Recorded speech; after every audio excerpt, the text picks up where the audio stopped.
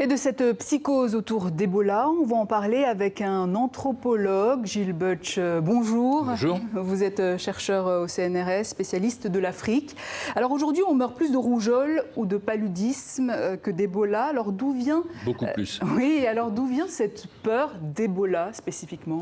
Je crois que cette peur d'Ebola vient d'abord, on connaît très mal les mécanismes de transmission, ça se transmet par les liquides, donc ça se transmet par le sang, ça se transmet aussi par la nourriture quand on mange du gibier, comme les chauves-souris, etc.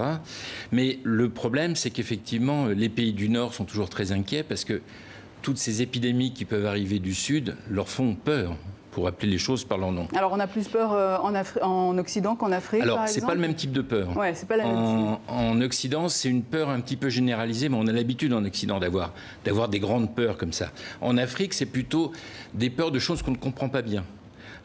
Parce que cette maladie est quand même bizarre, donc elle est suspecte, donc on se demande ce qu'il y a derrière.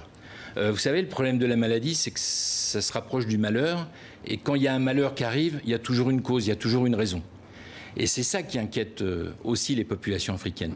Donc il faut donner du sens à cette maladie. Alors l'Occident a peur que le virus ne traverse les frontières, là où en RDC, par exemple, on se méfie des Occidentaux eux-mêmes. Bien sûr, mais pour le pèlerinage à la Mecque, l'Arabie Saoudite a interdit aussi que les musulmans de RDC viennent. Enfin, vous voyez, toute une angoisse qui se met en place parce que c'est des choses qui sont incontrôlables.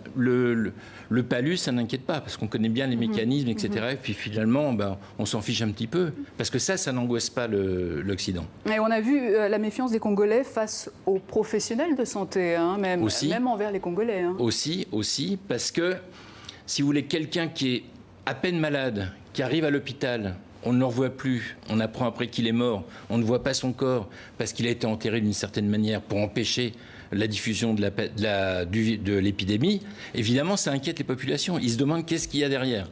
Est-ce que cette peur est du même ressort que le VIH-Sida, par exemple? Vous savez, le VIH-Sida, à ses débuts, c'était un petit peu la malédiction divine, puisque c'était censé toucher d'abord les homosexuels, qui l'ont diffusé aux États-Unis, mais là, on s'en est beaucoup occupé, parce que ça touchait effectivement les populations occidentales. Donc, on s'y est vraiment intéressé.